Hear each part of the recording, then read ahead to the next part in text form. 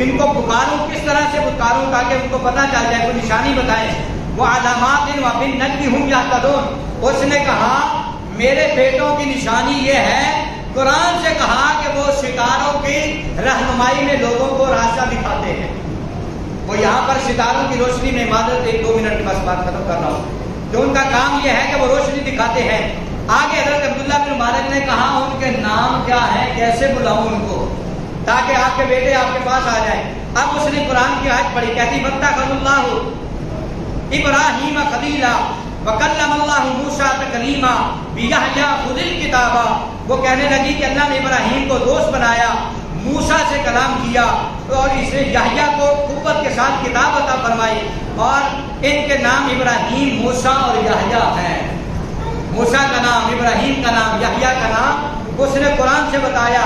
اور اس نے پھر کیا کیا، خاتون نے اپنے لڑکوں سے اور حضرت عبداللہ بن مبارک نے ان کو نام سے پکارا. وہ سارے بچے اس کے واپس آ گئے اور انہوں نے کہا کہ اب ماں سے ملاقات کی. جب ماں سے ملاقات کی تو اب ماں نے کہا ان کو کھلاؤ پلاؤ، ان کی خدمت کرو، یہ مسافر ہے.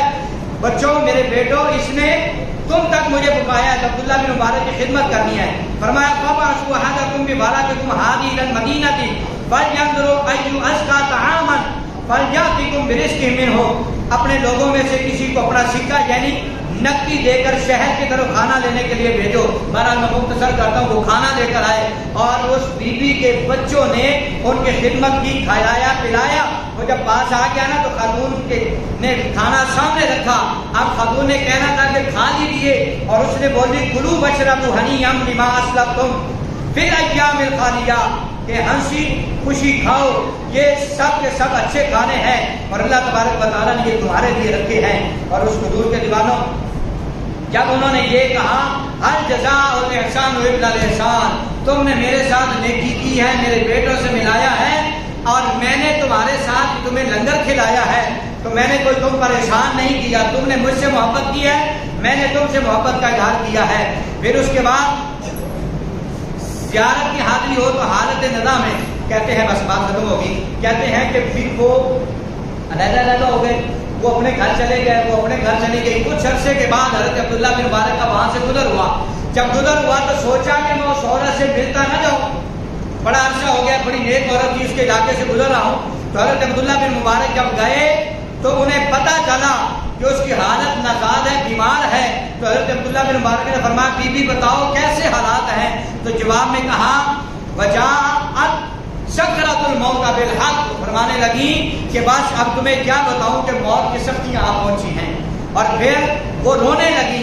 جب حضرت عبداللہ بن مبارک نے دیکھا کہ بھائی کے آنسو آنے لگے ہیں، انہوں نے کہا کل من علیہا فان وَيَبْقَىٰ وَجْهُ رَبِّكَ ذُو الْجَلَالِ وَالْإِكْرَامِ كُلُّ نَفْسٍ ذَائِقَةُ الْمَوْتِ. فرمایا کہ اب موت کا وقت قریب آ گیا ہے، دنیا سے جانے والی ہے اور آخری وقت آ گیا ہے، موت کی سختیوں کو برداشت کر رہی ہوں. تو جب روتے روتے اس نے کہا كُلُّ نَفْسٍ ذَائِقَةُ الْمَوْتِ، میں نے بھی جانا ہے، ہر ایک جان نے موت کا ذائقہ چکھ کر دنیا سے جانا ہے. حضرت عبداللہ بن مبارک فرماتے ہیں، حضرت عبداللہ بن مبارک فرماتے ہیں وہ عورت فوت ہو گئی. کچھ دنوں کے بعد آپ کی مہربانی، آپ نے اتنا وقت اضافی دیا. آخری جملہ ہے، فوت ہونے کے بعد کچھ دیر کے بعد حضرت عبداللہ بن مبارک خواب سوئے تو خواب میں اس عورت سے ملاقات ہو گئی. سوئے خواب میں اس عورت سے ملاقات ہو گئی اور جب ملاقات ہوئی تو آپ نے فرمایا مائی بتا تیرے ساتھ کیا معاملہ ہوا. اور اس کا معاملہ کتنا اچھا ہوا ہوگا جس نے ساری زندگی قرآن پڑھا ہو، جس نے 40 سال تک بولی نہیں قرآن کے سوا. تو اس وقت ہے اس عورت نے قبر سے بھی جواب دیا اور کہا ان المتقین فی جنات و نہر، کہنے لگی بے شک اللہ تبارک و تعالیٰ نے پرہیزگاروں کے لیے اپنی جنت تیار کر رکھی ہے. تو فرمایا اللہ کا شکر ہے رب نے مجھے جنت عطا فرمائی ہے اور میں اس قرآن کی بدولت جنت میں جو ہے جنت کی سیریں کر رہی ہوں. ہم اللہ کی بارگاہ میں دعا کرتے ہیں ایسی قرآن کی محبت ہمیں بھی عطا فرمائے، ہماری ماں بہنوں بیٹیوں کو عطا فرمائے. بہت شکریہ آپ سے ماں باپ کا. اللہ